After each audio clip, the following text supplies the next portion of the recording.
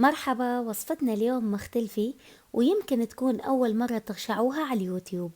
كبة العدس على طريقة جدتي الله يرحمها. أكلي كثير قديمي وطيبي، وخاصة بموسم الشتي حيل طيبي. أريدكم تجربوها وتعطوني رأيكم بيها، لأن الوصفة تستحق التجربة. تابعوا الفيديو إلى النهاية، لأن كل الخطوات اللي بالفيديو مهمة. ولا تنسون اللايك للفيديو ومشاركة الفيديو. وإذا كنتم جداد على القناة اشتركوا بالقناة وفعلوا جرس الإشعارات حتى يجيكم إشعار من أنزل فيديو جديد. بالبداية راح نعمل الحشية. عندي هوني 600 غرام قيمة أو 600 غرام لحم مثروم. اللحم اللي استخدمتونه شوية دهين، فما يحتاج أضيف زيت على اللحم.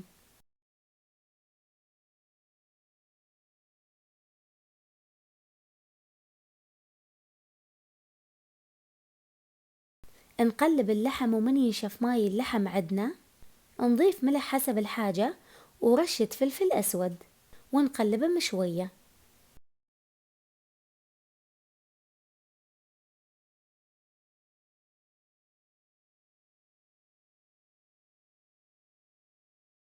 ونضيف بصلتين كبار، بصل أحمر مثوم ناعم، ونقلبهم إلى ما يستوي البصل عدنا.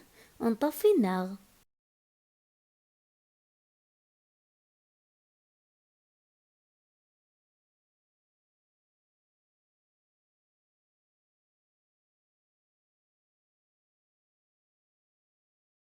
وبعدها نضيف شوية كرافس مثروم أو بقدونس مثروم ونقلبهم.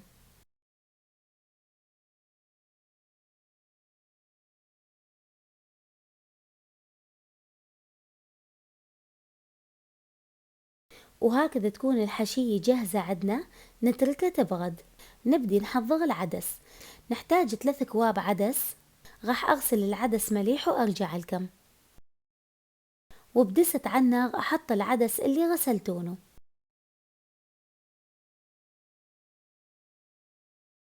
وأضيف له 5 كواب ماي عادي من الحنفية، وأغطي الدست وأتركه على النار. وبس يبدي يغلي عدنا نتركه على نار وسط لمدة 5 دقايق تقريبا. بس تنشف نص كمية الماي اللي ضفناها نتركه على نار هادي حتى يستوي العدس عدنا وينعس. ومن ينشف ماي العدس عدنا يكون استوى نطفي النار. نرجع نضيف 5 كواب ماي ونخلطه بهذا الخلاط حتى يصير قوام العدس عدنا ناعم.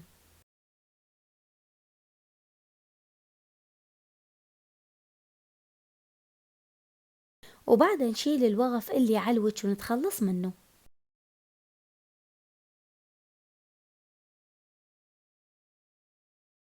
بس خلي أفرغه بدست أكبر، لأن بعد راح أضيف ماي وكبب ما راح يكفيني هذا الدست. وبعد ما خلطناه نرجع نضيف له ثاني مرة 5 كواب ماي. ما نضيف كل كمية الماي من البداية حتى ينخلط العدس عدنا بسهولة. يعني كمية الماي اللي ضفتوها تطلع 10 كواب. ما نحط العدس على النار هسع حتى لا يثخن عدنا، لأن بعد ما عملنا الكبب. بهذه المرحلة نغطي الدست ونتركه على صفحة بين ما نعمل الكبب. وعندي هون 3 كواب جريش ناعم، ونضيف له كوب ناعمة البرغل أو برغل ناعم. قستوهم بكوب القياس. اللي سألوني على كوب القياس اللي استخدمه، هو هذا الكوب اللي استخدمه بالوصفات، قياسه 240 ملي.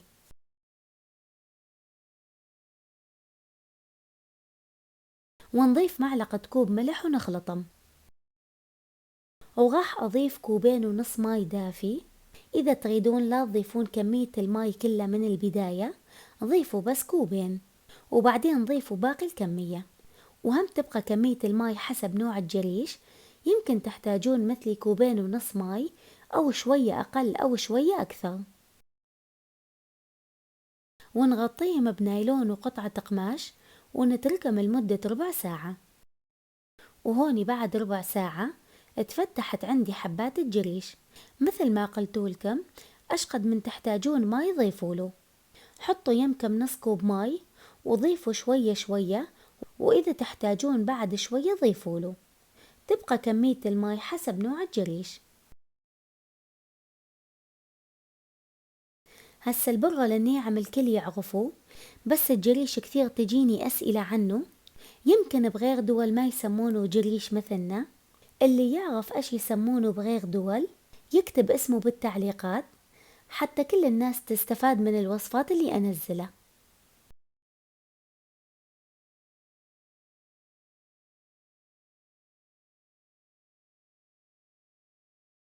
وبعد ما عجنا الجريش نغطينه بقطعة نايلون حتى لا تنشف العجيناي عدنا. نمسح ايدنا بشوية زيت ونقطعهم بالحجم اللي يناسبنا. نفتح الكبة بهذه الطريقة، وكل ما كانت الكبة رقيقة تطلع أطيب. وأهم شيء تكون سماكة الكبة بنفس المستوى من كل الجهات.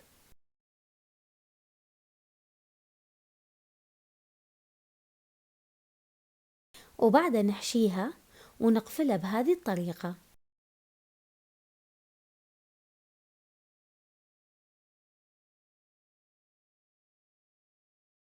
ننزل الحشية شوية بصباعتنا حتى من نطبق الحوافي تلزق عدنا بسهولة.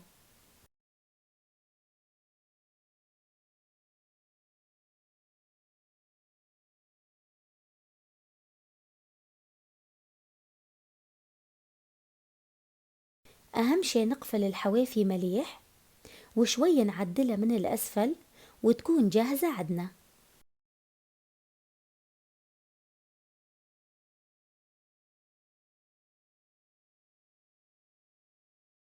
طريقة تشكيلها كثير سهلة، وخاصة للمبتدئين اللي ما يطيقون يشكلون الكبة بسهولة.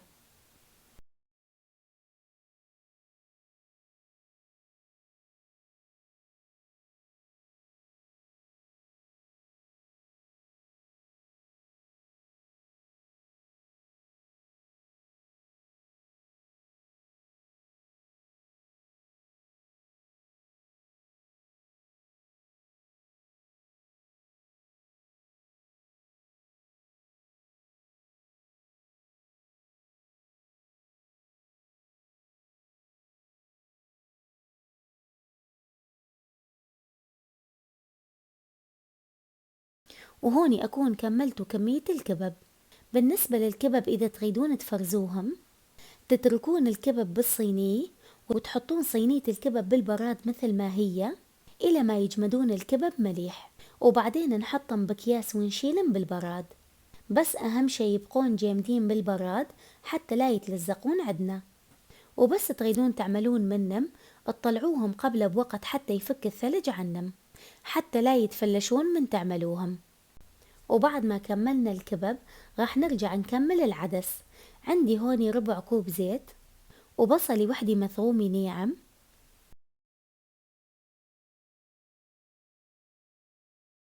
ونضيف له رشة ملح ونقلبه إلى ما تستوي البصلة عدنا.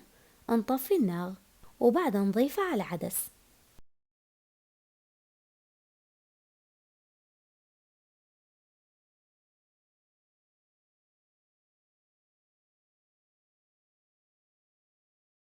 وهوني نرجع نعلق النار ونكمل العدس.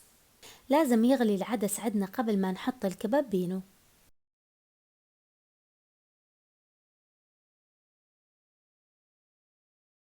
وهوني بعد ما غلي العدس عندي نضيف له البصلة اللي قليناها،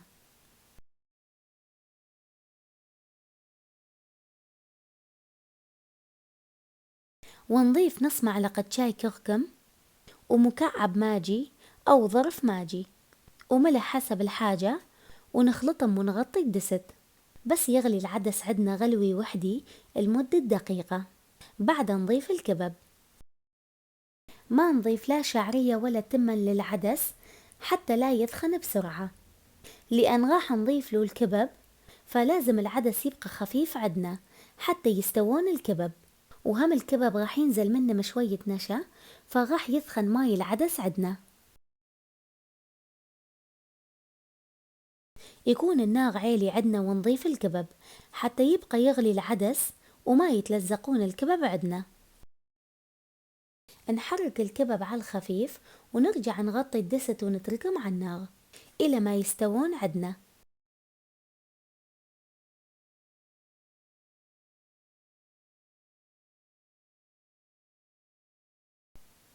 نحرك الكبب مرتين أو 3 مرات حتى لا يتلزقون عدنا، ما ياخذون وقت كثير ويستوون، تقريبا نص ساعة ويستوون، فلازم يبقى العدس عدنا خفيف حتى يستوون الكبب مليح، لأن إذا كان العدس ثخين ما راح يستوون الكبب مليح. بهذه المرحلة إذا تحتاج بعد زيت ضيفوا له.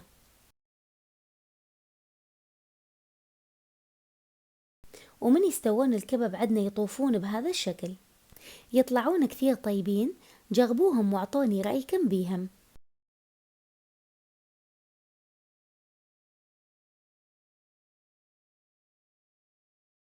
راح أفرغ الكبب وترشعوهم، جربوا الطريقة وأنا متأكدة راح تعجبكم كثير، وخاصة إذا كان الجو بيرد وتعملوهم ما ينشبع منهم.